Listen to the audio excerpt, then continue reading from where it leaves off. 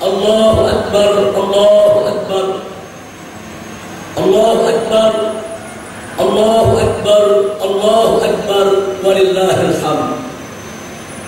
Alhamdulillahil jabbaril qahhar, alhamdulillahil ghaffaris sattar, wassalatu wassalamu ala nabiyil mukhtar wa ala alihi al-athhar wa ashabihi al-akhyar wa man tabi'ahum bi ihsanin ila yaumil mahsyar. Ashhadu an la ilaha illallah wahdahu la syarika lah wa ashhadu anna sayyidana Muhammadan abduhu wa rasuluhu la nabiyya ba'dah. Allahumma salli wa sallim wa barik ala sayyidina wa habibina wa syafi'ina wa maulana nabiyyina Muhammadin wa ala alihi al-tahirin at-tayyibin wa ashabihi al-qurril mayamin wa man tabi'ahum bi ihsanin ila yaumiddin. Ibadallah, usikum jami'an wa nafsi bittaqwallah wa bi ta'ati Rasulillah sallallahu alaihi wasallam. Wallahu subhanahu wa ta'ala qala fi kitabihil aziz, ya ayyuhalladzina amanu taqullaha haqqa tuqatih wa la tamutunna illa wa antum muslimun. Wa qala nabiyyukum sayyiduna Muhammad sallallahu alaihi wasallam, alaika bitaqwallah fa innaha dima'u kulli khair. Sadaqallah wa sadaqa Rasulullah sallallahu alaihi wasallam, fa ballagha ar-risalah wa adda al-amanah wa nasaha al-ummah wa jahada fi sabilillahi haqqa jihadih. Wa nasallallahu subhanahu wa ta'ala an yaj'alana jami'an minal muttaqin walhamdulillahi rabbil alamin. Allahu akbar, Allahu akbar, Allahu akbar, walillahil hamd. Kaum muslimin dan muslimat rahimakumullah, setelah puja dan puji kita panjatkan bagi Allah Jalla Jalaluhu, setelah salawat dan salam kita sampaikan untuk junjungan Nabi kita yang tercinta Sayyidina Muhammad sallallahu alaihi wasallam, maka dalam kesempatan yang berbahagia ini, di tempat yang mulia ini, di hari yang penuh keberkahan ini, saya selaku khatib tidak lupa berwasiat khususnya kepada diri saya sendiri dan umumnya untuk segenap kaum muslimin dan muslimat untuk senantiasa bertakwa kepada Allah subhanahu wa ta'ala dengan menjalankan segala perintahnya dan meninggalkan segala larangannya semata-mata hanya untuk mendapatkan ridha Allah subhanahu wa ta'ala. Dari sekian banyak perintah Allah yang tertera di dalam Al-Quranul Karim yang berkaitan dengan apa yang sedang kita lakukan pada saat ini adalah melaksanakan sholat sunnah Idul Adha dan setelahnya kita berkurban. Allah katakan dalam Al-Quran, faqala ta'ala fasholli li rabbika wanhar, yang tertera di dalam surat Al-Kautsar. Allah nyatakan kepada Nabi, fasholli, sholatlah kamu, li rabbika, untuk Tuhanmu ya Muhammad. Setelah sholat, wanhar, berkurbanlah kamu. Jadi sholat Idul Adha dan berkurban yang kita lakukan pada hari ini adalah merupakan bagian daripada perintah Allah subhanahu wa ta'ala.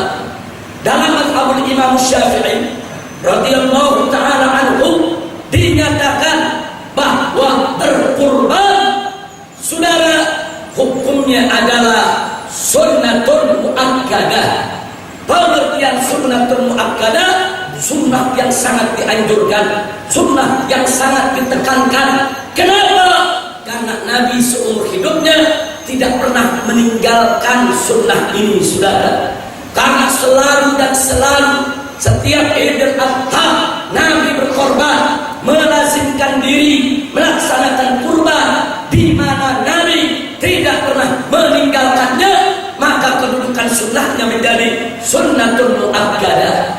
Dalam pengertian lain, pengertian sunnatul muakkadah ialah jika jika kita laksanakan mendatangkan pahala yang besar. Jika kita tinggalkan tidak berdosa tapi tercela, tidak terpuji bagi orang yang mampu tapi tidak mau berkorban pada hari-hari ini, saudara. Oleh karenanya dalam mazhab Imam Malik lebih keras lagi. Menurut mereka berkorban hukumnya adalah wajib bagi yang mampu, saudara. Kenapa? Karena mazhab Imam Malik berpegang kepada hadis Nabi yang berbunyi, man wajada si'atan falam yudahhi fala yaqubanna musallana.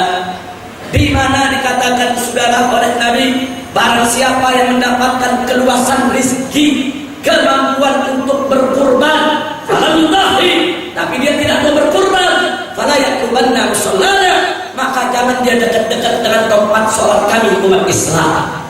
Inna lillahi wa inna ilaihi raji'un. Lalu kenapa dalam mazhab Imam Syafi'i dikatakan sunnatul muakkadah? Karena ada hadis lain yang Nabi mengatakan bahwa berkurban wajibun alayya wa laisa biwajibin alaikum. Korban itu wajib atasku sebagai Nabi, tapi tidak wajib atasmu sekalian hai umatku.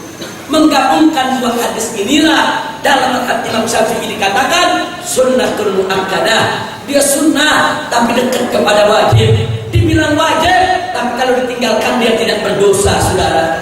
Karena itu tadi pengertian yang tepat adalah suatu sunnah muakkadah, sunnah yang sangat dianjurkan, yang kalau kita jalankan mendatangkan pahala yang besar. Kalau kita tinggalkan tidak berdosa tapi tercela, tidak terpuji bagi yang mampu untuk tidak melakukannya, saudara. Maka itu saya himbau melalui mimbar ini, saudara, yuk mari siapa yang punya kemampuan, saudara, untuk berkurban walaupun hanya seekor kambing kecil, yang penting memenuhi persyaratan. Tidak mesti sapi yang besar, tidak mesti kambing yang mahal, yang penting memenuhi syarat. Walaupun harganya murah, berkurbanlah, karena ini merupakan syiar min sya'airillah. Ini merupakan salah satu syiar Allah yang dianjurkan untuk kita mengagungkannya, saudara. Dan ingat, kenapa kita tekankan yang penting bukan sapinya yang besar, bukan kambingnya yang mahal, tapi yang penting adalah keikhlasan kita kepada Allah. Dalam suratul Hajj Allah menyatakan, faqala ta'ala lan yanalallaha luhumuha wala dima'uha walakin yanaluhut taqwa minkum kadzalika sahharha lakum litukabbirullaha ala ma hadakum wa basyiril muhsinin. Shadaqallahul azim. Allah nyatakan dalam suratul Hajj ayat 37 di mana Allah nyatakan lan yanallah, tidak akan sampai kepada Allah, luhumha, daging-daging kurbanmu, wala dima'uha, begitu juga darah-darah kurbanmu, walakin akan tetapi yanaluhu, yang sampai kepada Allah, diterima oleh Allah, at-taqwa minkum, yaitu ketakwaan kamu di dalam melaksanakan kurban tersebut, saudara. Ketaatan kamu, kepatuhan kamu, kecintaan kamu kepada Allah, itu yang akan sampai diterima oleh Allah. Selanjutnya Allah mengatakan kadzalika sahharha lakum, demikianlah Allah mudahkan itu hewan-hewan sembelihan kamu, mudah kamu dapatkannya, mudah kamu sembelihnya, mudah kamu membagikannya. Untuk apa semua itu? Litukabirullah ala ma hadakum, supaya kamu sekalian mengagungkan Allah atas petunjuk yang Allah berikan kepada kamu sekalian. Wa basyiril muhsinin, dan berikanlah kabar gembira kepada orang-orang yang muhsin, orang yang baik, orang yang tidak pelit, orang yang tidak bakhil kepada Allah, yang dia punya harta dia korbankan untuk berkorban di jalan Allah. Allahu Akbar, Allahu Akbar, Allahu Akbar, walillahil hamd. Ibadah kurban yang sebentar lagi akan kita lakukan seusai daripada pelaksanaan sholat dan mendengarkan khutbah ini, di dalamnya ada pendidikan pengorbanan. Allah mendidik hamba-hambanya dalam rangka untuk memperoleh ridha Allah. Jangan pernah ragu untuk mengorbankan apapun yang kita miliki. Harus sebentar lagi akan kita sembelih leher hewan kurban kita, kemudian darahnya tertumpah membasahi bumi di kaki kita. Artinya apa? Artinya itu suatu ikrar dan yang berkorban di jalan Allah. Ya Rabb, kalau hari ini leher hewan yang aku sembelih, darahnya yang aku tumpahkan untuk membasahi bumimu dalam rangka mendapatkan ridhamu, maka demi Allah besok atau lusa aku bersedia memberikan kepalaku sendiri, aku tumpahkan darahku membasahi bumimu untuk menegakkan hukummu ya Rabb. Jadi berkorban itu pendidikan pengorbanan, saudara. Makanya pada para ulama mengatakan ad-din tadhiyah, agama itu adalah pengorbanan. Jangan mimpi Islam akan jaya kalau umatnya tidak mau berkorban. Jangan mimpi perintah Allah bisa kita jalankan kalau kita tidak mau berkorban, saudara. Semua Allah punya perintah, di dalamnya pasti ada mengandung unsur pengorbanan. Mari kita lihat. Sehari semalam 24 jam Allah berikan kepada kita. Kita dituntut oleh Allah untuk berkorban sedikit saja, beberapa menit saja untuk Allah dengan mendirikan sholat 5 waktu, saudara. Kalau kita tidak mau berkorban waktu untuk Allah, mustahil kita bisa menegakkan sholat 5 waktu. Orang yang bisa menegakkan sholat 5 waktu adalah orang yang ridha, yang rela untuk mengorbankan waktunya untuk Allah Subhanahu wa ta'ala. Tapi orang yang pelit, orang yang bakhil, orang yang durjana, yang tidak mengorbankan waktunya untuk Allah, akan sholatnya untuk menegakkan sholat 5 waktu, saudara. Sholat 5 waktu tidak bisa dijalankan kecuali dengan pengorbanan. Selanjutnya, saudara, Allah berikan kita harta yang berlimpah, harta yang bisa kita nikmati setiap hari. Siapapun, saudara, dari umat manusia apapun pekerjaannya, pada prinsipnya nafkah yang mereka dapat, harta yang mereka dapat, itu semua adalah pemberian Allah, amanat Allah untuk dikelola dengan baik. Selanjutnya, atas karunia Allah yang begitu berlimpah, Allah tuntut untuk kita sedikit berkorban. Dari sekian banyak harta yang kita miliki, Allah hanya minta 2,5%, saudara.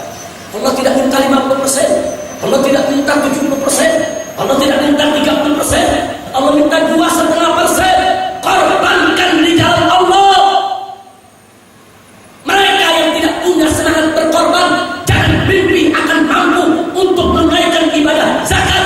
Ibadah zakat hanya bisa dilakukan oleh orang-orang yang siap berkorban harta di jalan Allah.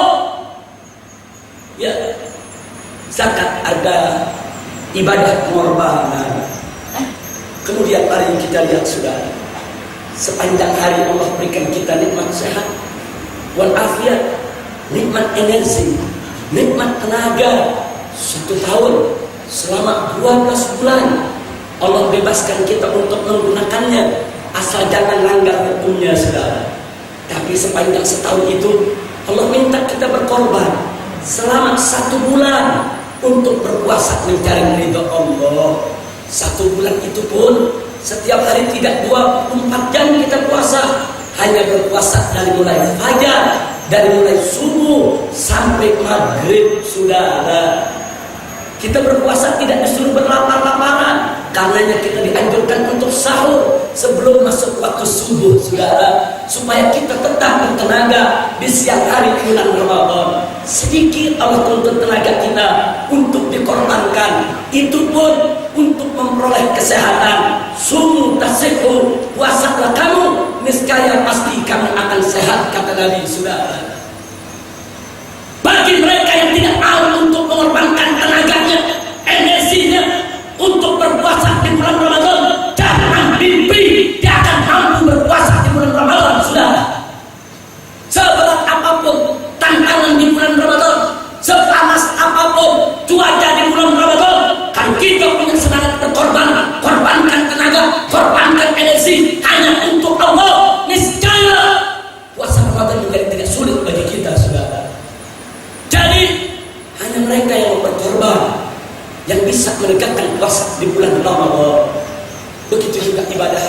Nabi, saudara.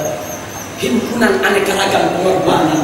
Dia korbankan hartanya, dia korbankan waktunya, dia korbankan tenaganya, bahkan dia sudah siap untuk mengorbankan nyawanya, saudara. Hari ini dia berangkat menunaikan ibadah haji, belum tentu dia pulang kembali kepada keluarganya setelah haji nanti, saudara. Berapa banyak begitu berangkat ibadah haji, melaksanakan ibadah haji, kemudian langsung kembali kepada Allah Subhanahu wa Ta'ala. Ibadah haji berat, saudara, kumpulan dari aneka ragam pengorbanan. Dia mesti tinggalkan anak istrinya, dia tinggalkan keluarganya, dia tinggalkan kampung halamannya hanya untuk ibadah kepada Allah. Jangan mimpi orang bisa melakukan ibadah haji kalau dia tidak mau berkorban, nggak mau mengorbankan harta, tidak mau mengorbankan keluarga, nggak mau mengorbankan tenaga, nggak mau mengorbankan kampung halamannya. Mimpi di siang bolong, sudah. Hanya orang yang mau berkorban saja yang akan mampu untuk menunaikan ibadah haji, mencari ridha Allah. Allahu Akbar, Allahu Akbar, Allahu Akbar, walillahil hamd. Saudara, setelah panjang lebar saya menyampaikan tentang syariat pengorbanan ini, maka melalui mimbar yang mulia ini, ayo mari kita korbankan apa saja yang kita miliki untuk mencari ridha Allah. Hidup di dunia sementara, besok atau lusa kita akan kembali kepada Allah. Allah Subhanahu wa Ta'ala akan meminta pertanggungjawaban kita terhadap semua nikmat yang Allah berikan kepada kita. Allah akan tanyakan tentang sholat kita, puasa kita, zakat kita, ibadah kita. Lalu bagaimana cara kita memelihara diri, menjaga diri dari segala kemungkaran dan kemaksiatan. Wallah, demi Allah, nanti setiap orang di antara kita akan ditanya satu persatu, saudara. Makanya Allah katakan dalam Al-Quran, "Tsumma latus'alunna yawma idzin 'anil na'im." Dan sungguh kata Allah, pasti latus'alunna, setiap orang di antara kamu pasti akan ditanya 'anil na'im, tentang apa nikmat-nikmat yang Allah berikan, untuk apa mereka gunakan, saudara. Pasti Allah akan tanya. Maka itu siapkan dari sekarang. Jangan ada satu rupiah pun harta kita masuk ke tempat yang haram. Allah akan tanya, saudara. Maka itu Sayyidina Abdullah ibn Abbas radhiyallahu ta'ala anhuma ketika ditanya siapa itu yang dimaksud orang yang boros, apakah orang yang menginfakkan hartanya begitu banyak? Apa jawab beliau? Yang disebut boros itu adalah mengeluarkan harta di jalan yang tidak diridhoi oleh Allah, walaupun hanya 1 dirham. Kita keluarkan 1 rupiah untuk maksiat, berarti kita sudah memboroskan harta. Tapi kita keluarkan seluruh harta kita untuk dakwah di jalan Allah, itu bukan memboroskan harta, saudara. Sebesar apapun kita keluarkan harta milik kita di jalan Allah, kita tidak boros, saudara. Tapi sekecil apapun harta yang kita keluarkan di jalan setan, di jalan iblis, di jalan yang tidak diridhai Allah, berarti kita sudah berbuat boros yang diharamkan oleh Allah Subhanahu wa Ta'ala. Maka itu jangan sekali-kali kita korbankan harta benda di jalan yang tidak diridhai Allah. Nah, sebagai penutup dari khutbah yang pertama ini, saudara, saya ingin mengajak semua untuk sekejap mengkaji apa yang difirmankan oleh Allah dalam surat Al-Hujurat ayat 15, saudara. Allah sedang mendefinisikan siapa itu orang yang beriman. Faqala ta'ala, innamal mu'minun alladzina amanu billahi wa rasulih thumma lam yartabu wa jahadu bi amwalihim wa anfusihim fi sabilillah ulaika humus shadiqun. Shadaqallahul azim. Dalam ayat ini Allah menyatakan innamal mu'minun, sesungguhnya orang-orang beriman itu ialah alladzina amanu billah, orang yang beriman kepada Allah, wa rasulihi, dan beriman kepada rasulnya, tsumma lam yartabu, kemudian mereka tidak pernah ragu dengan imannya, saudara. Ya, banyak orang mengaku aku beriman kepada Allah, aku beriman kepada Rasulullah, tapi pada hakikatnya sebetulnya dia ragu dengan imannya. Manakala diperintahkan sholat dia enggan untuk sholat, manakala diperintahkan zakat dia enggan untuk zakat, manakala diperintahkan untuk berbuat kebaikan justru dia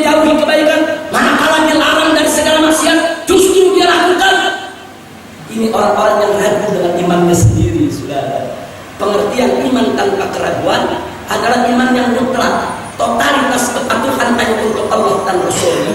Apa saja yang Allah dan Rasulnya perintah, dia kerjakan. Apa saja yang Allah dan Rasulnya larang, dia tinggalkan, saudara. Tanpa pamrih, tanpa banyak komentar, tanpa sedikit pun ada keberatan. Apa saja yang Allah perintahkan, dia kerjakan. Apa saja yang dilarang oleh Allah, dia tinggalkan. Itu iman tanpa keraguan. Saya berikan contoh fakta sejarah. Saudara, dulu perempuan muslimah belum wajib memakai jilbab, saudara. Suatu hari jilbab belum wajib. Di hari itu mereka tidak ada yang pakai jilbab, saudara. Di malam harinya turun perintah Allah kepada Nabi untuk Nabi sampaikan kepada perempuan-perempuan beriman, an-yudnina 'alaihinna min jalabibihim, agar mereka itu memakai pakaian jilbabnya, pakaian yang menutup auratnya. Malam ini turun, Nabi beritahukan kepada para sahabat. Sahabat pulang ke rumah kasih tahu kepada istri dan putrinya. Besok pagi begitu keluar sholat subuh, tidak ada satupun perempuan di Madinah yang tidak berjilbab, sudah. Hari ini jilbab belum wajib, mereka tidak berjilbab. Malam ayat Quran turun, jilbab diwajibkan. Besok paginya tidak ada satu perempuan beriman pun yang tidak berjilbab, sudah. Begitu Allah perintah, begitu mereka lakukan. Tidak ada di antara mereka yang protes. Ya Rasulullah, kenapa mendadak? Ya Rasulullah, kenapa harus secepat ini? Ya Rasulullah, kenapa tidak sedikit-sedikit dulu? Nggak ada yang protes. Ya Rasulullah, nanti gerah kita semua. Ya Rasulullah, tidak ada. Semuanya sam'an wa ta'ah. Sami'na wa ata'na. Kami dengar dan kami taat, ya Rasulullah. Begitu juga fakta kedua. Suatu hari turunlah ayat suci Al-Quran setelah Nabi sholat Isya yang mengharamkan minuman keras, saudara. Innamal khamru wal maisir wal ansab wal azlam rijsun min amali syaitan fajtanibu la'allakum tuflihun. Waktu ayat ini turun, sebagian sahabat sudah meninggalkan masjid usai sholat Isya. Kenapa mereka keluar? Karena ada undangan pesta. Di pesta tersebut disajikan minuman keras, saudara. Loh, kok sahabat menyajikan minuman keras? Karena ketika itu minuman keras belum diharamkan. Begitu mereka pesta, saudara, minuman keras setelah sholat Isya tadi. Ada beberapa sahabat yang mendengar langsung dari Nabi, mulai malam ini minuman keras diharamkan sampai hari kiamat. Seorang sahabat minta izin, ya Rasulullah, ada sebagian sahabat-sahabat kita di pinggir kota, mereka sedang pesta menyajikan minuman keras. Izinkan untuk aku kabarkan kepada mereka berita ini. Nabi izinkan, berangkatlah sahabat ini berlari. Yuk kejar, jangan sampai teman-temannya bermabuk-mabukan malam ini, saudara. Karena sudah turun ayat Quran, haram menegak minuman keras. Begitu sampai di sana, dari kejauhan dia seru, ayuhan nas, kawan-kawanku, masyarakat, tunggu, jangan kau teruskan dulu pestanya. Aku punya kabar penting, punya berita penting. Yang sedang pesta kaget, saudara. Mereka berhenti dari pestanya, mereka tercengang kaget, deg-degan hati mereka, takut ada berita tidak bagus, saudara. Mereka tanya, kau bawa berita apa? Apakah Nabi sakit? Yang bawa berita mengatakan, tidak, innahu fi khairin afiyah. Nabi sehat walafiat. Apakah ada berita pasukan kita kalah perang di medan tempur sana? Disampaikan, tidak ada berita semacam itu. Lalu kenapa kau tergesa-gesa? Kenapa kau menghentikan pesta kami? Mulailah sahabat ini bercerita. Tadi setelah sholat Isya, Nabi mendapatkan wahyu dari Allah, dibacakan wahyu bahwa minuman keras haram bagi umat Nabi sampai hari kiamat. Begitu para sahabat dengar, semua yang sedang ikut pesta, begitu mereka dengar ada ayat Al-Quran disampaikan oleh Nabi, saudara, bahwa minuman keras itu haram sampai hari kiamat. Semua minuman keras yang disajikan di meja mereka tumpahkan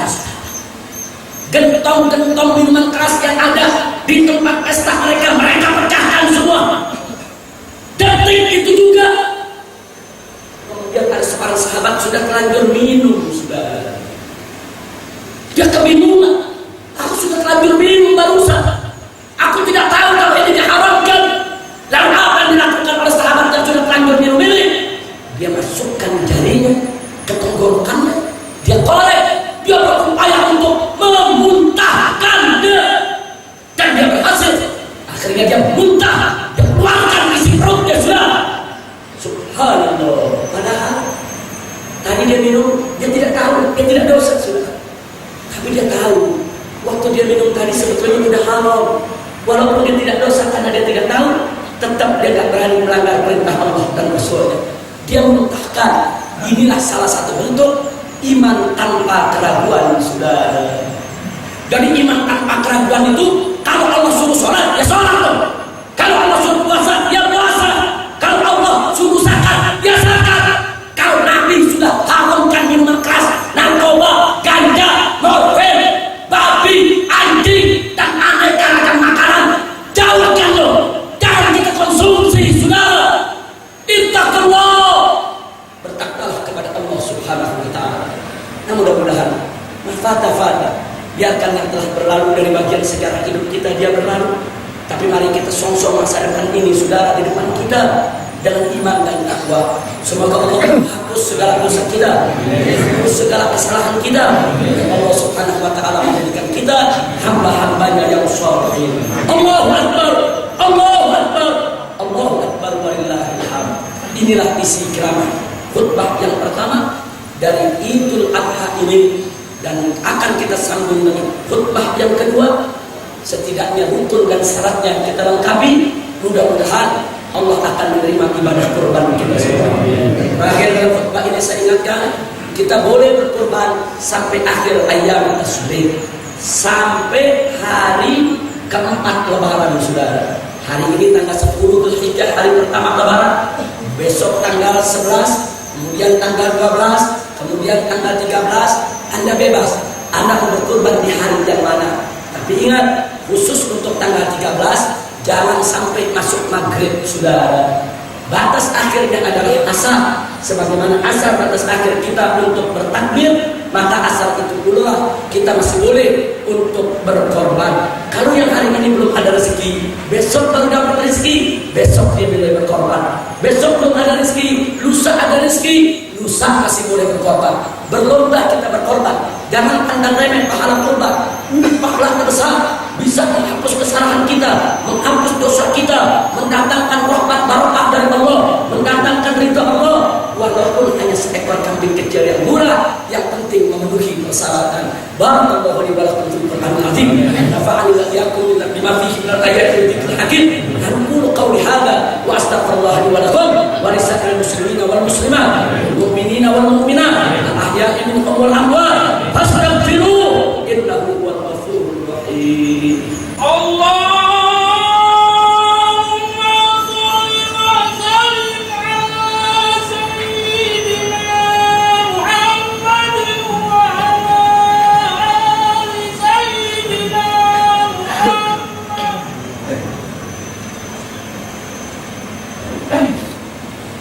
Allahu Akbar, Allahu Akbar, Allahu Akbar, Allahu Akbar, Allahu Akbar, Allahu Akbar, Allahu Akbar, walillahil hamd.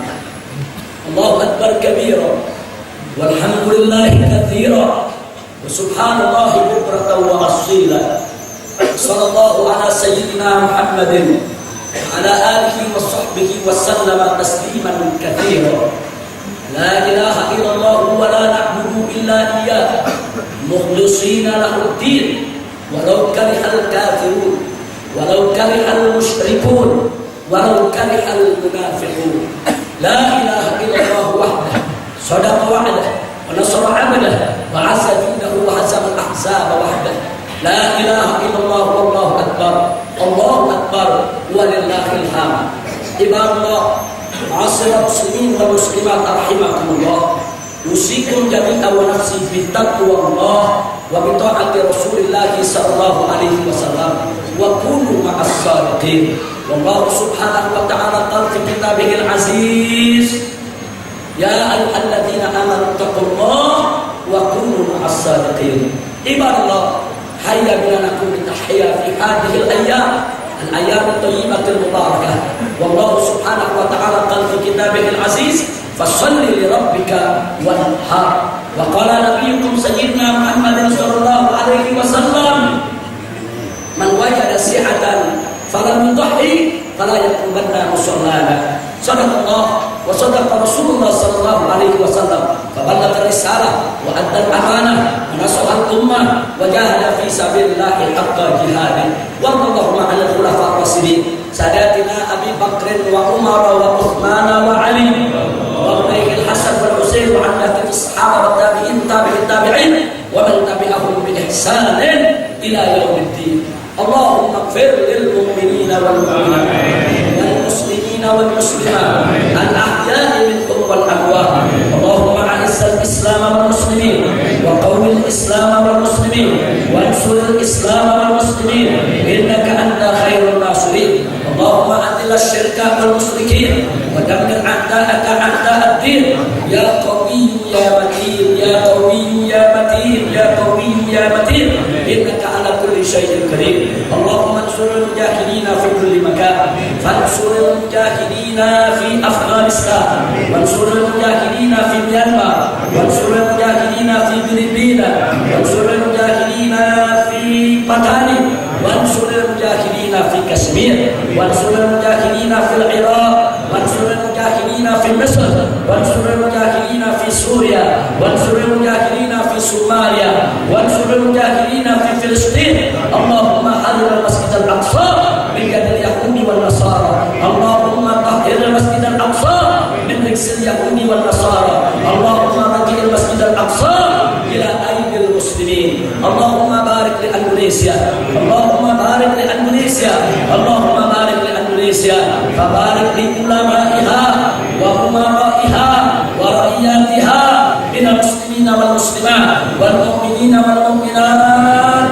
واجعل بلادنا هذه بلادا إسلامية طيبة مباركة برحمتك يا أرحم الراحمين. ربنا آتنا في الدنيا حسنة وفي الآخرة حسنة وقنا عذاب النار وقنا عذاب النار وقنا عذاب النار. وصلى الله على سيدنا محمد وعلى آله وصحبه أجمعين والحمد لله رب العالمين. عباد الله، إن الله يأمر بالعدل والإحسان وإيتاء ذي القربى وينهى عن الفحشاء والمنكر والبغي يعظكم لعلكم تذكرون. فاذكروا الله العظيم يذكركم واشكروه يزدكم ولذكر الله أكبر. أهنئكم جميعا بعيد سعيد وعيد مبارك. فجعل الله وإياكم من العاجلين والفائزين والمقبولين والحمد لله رب العالمين. الله